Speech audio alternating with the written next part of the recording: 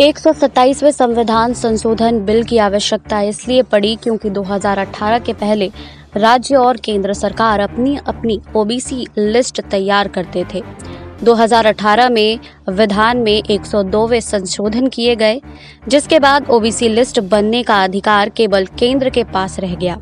ऐसे में कुछ महीने पहले मराठा आरक्षण का मुद्दा जब सुप्रीम कोर्ट पहुंचा तो कोर्ट ने कहा कि ओबीसी लिस्ट तैयार करने का अधिकार राज्यों के पास नहीं है, इसलिए केंद्र को ये संशोधन बिल लाना पड़ा।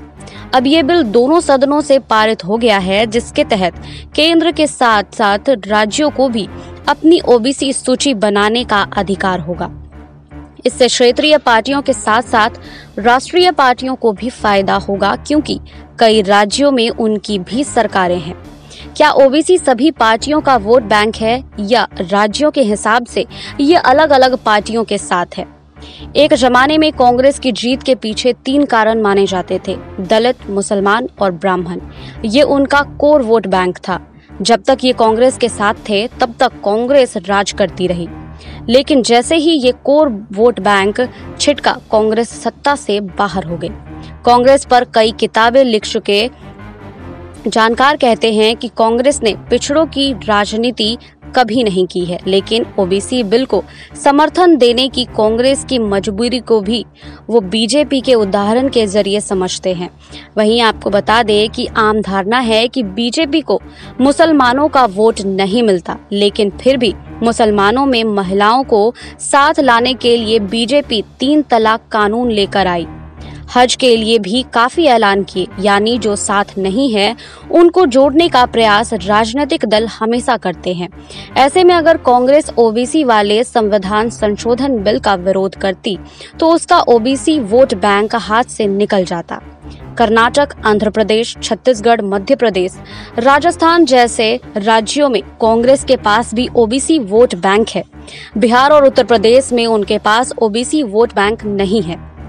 वही जानकार मानते हैं कि भले ही कांग्रेस के पास राष्ट्रीय स्तर पर 10% का वोट शेयर हो, लेकिन वोट बढ़ाने की संभावनाएं हर पार्टी हमेशा तलाश करती रहती है और कांग्रेस को ओबीसी में संभावना दिखती है। अनुमान के मुताबिक देश में ओबीसी का कुल आबादी 45 to 48% है। यही वजह है कि लोकसभा में बहस के दौरान कांग्रेस के नेता अधीर रंजन चौधरी ने न सिर्फ बिल का समर्थन किया, बल्कि 50% आरक्षण की सीमा बढ़ाए जाने की मांग तक कर दी।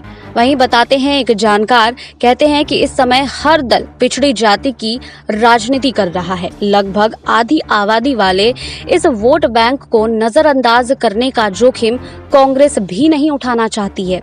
वो कहते हैं कि 2014 और 2019 के लोकसभा चुनाव में बीजेपी की जीत के पीछे एक अहम कारण ओबीसी वोट बैंक रहा है। साल 2009 में पहले तक बीजेपी के पास 20-22% ओबीसी वोटर्स थे, लेकिन साल 2014 में ओबीसी के 33 से 34% हो गए। वहीं आप बता दें कि साल 2019 में ये और बढ़कर 44% हो गए। यही वजह है कि कांग्रेस भी ओबीसी से जुड़े संविधान संशोधन बिल का विरोध नहीं कर सकती है।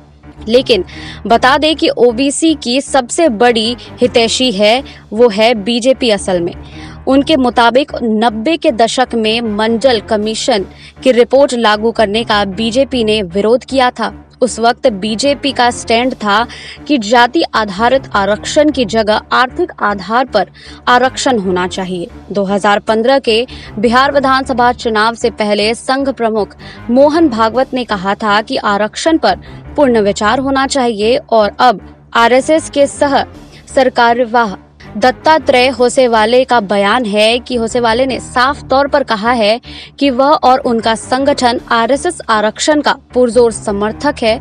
उन्होंने भारत के लिए आरक्षण को एक ऐतिहासिक जरूरत बताते हुए कहा था कि जब तक समाज का एक खास वर्ग असमानता का अनुभव करता है, तब तक आरक्षण जारी रखा जाना चाहिए। वहीं आरएसएस के स्टैंड में आया ये बदलाव विचारधारा की वजह से नहीं है, बल्कि मौका पस्ती है। और अभी उत्तर प्रदेश में विधानसभा चुनाव होने वाले हैं और उसी के मद्देनजर बीजेपी चाहती है कि पिछड़े गोलबंद हो। प्रदेश की बात करें तो वहां ओबीसी ओबीसी वोट 44% है, वहीं जिसमें यादव 10% के आसपास है और यानी बीजेपी के निशाने पर बाकी 35% ओबीसी वोटर्स हैं। वहीं ओबीसी पर केंद्र के संविधान संशोधन बिल का समर्थन बिहार और उत्तर प्रदेश की क्षेत्रीय पार्टियों ने भी किया है, फिर चाहे वो लालू प्रसाद यादव का राष्ट्रीय जनता दल हो या अखिलेश यादव की समाजवादी पार्टी। इनका दखल उत्तर प्रदेश और बिहार तक ही सीमित नहीं है। संविधान संशोधन बिल पर दोनों पार्टियों ने केंद्र सरकार का समर्थन किया है और लगे हाथ जातिगत जनगणना की मांग भी कर डाली है। वहीं एक जानकार बताते हैं कि नेता भले ही संविधान संशोधन बिल का समर्थन कर रहे हों, पर जातिगत जनगणना के पक्ष में बोलते हुए उनके अंदर एक डर भी है। उनके इस डर के बारे में वो कहते हैं कि जाति जनगणना होने पर यादव नेताओं की राजनीति खत्म हो जाएगी, जैसे उत्तर प्रदेश में मंडल के बाद स्वर्णों की राजनीति खत्म हो गई। राजनीति करते हुए कहते हैं कि हम सभी पिछड़े वर्गों की राजनीति करते हैं, लेकिन वो ये कभी नहीं कहते हैं कि वो केवल यादवों के नेता हैं। 1990 के बाद लालू प्रसाद यादव, सिंह यादव और नीतीश कुमार जैसे नेता उभरे, ठीक उसी तरह से जातिगत जनगणना के बाद ओबीसी के नए नेता उभर सकते हैं। आरजेडी और समाजवादी पार्टी के नेताओं को यही डर सता रहा है। वहीं आगे जानकार कहते हैं कि आरजेडी हो या सपा, वो केवल मांग करने के लिए जातिगत जनगणना की मांग कर रहे हैं। उनको पता है कि केंद्र की बीजेपी सरकार इस वक्त जातिगत जनगणना करवाने या नहीं करवाने के मुद्दे पर अनिश्चितता में है और ऐसे में दोनों पार्टियों को ये सूट करता है कि केंद्र पर दबाव डाला जाए। इससे एक संदेश जाएगा कि बीजेपी ओबीसी के खिलाफ है।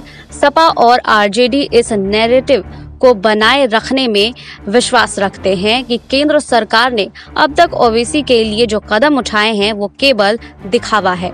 वहीं वो आगे कहते हैं कि मंडल कमीशन की रिपोर्ट लागू करवाने में मुलायम सिंह यादव, बीपी सिंह और चंद्रशेखर सबसे आगे थे। फिर धीरे धीरे इनकी राजनीति बदलती गई। पिछड़ों की राजनीति करने की बात तो समाजवादी पार्टी करती है, लेकिन जब एक्शन की बात आती है तो पिछड़ों के बजाय केवल यादवों का भला करती नजर आती है। उत्तर प्रदेश में जब अखिलेश यादव की सरकार थी, उस वक्त जितनी नियुक्तियां हुई उसमें यादवों का बोलबाला रहता ही था कि सरकार के बारे में यही परसेप्शन बना हुआ है। वो आगे कहते हैं कि जैसे बीजेपी ओबीसी पर मौकापरस्ती की राजनीति कर रही है, वैसे ही समाजवादी पार्टी भी जातिगत जनगणना की मांग केवल दिखावे के लिए कर रही है।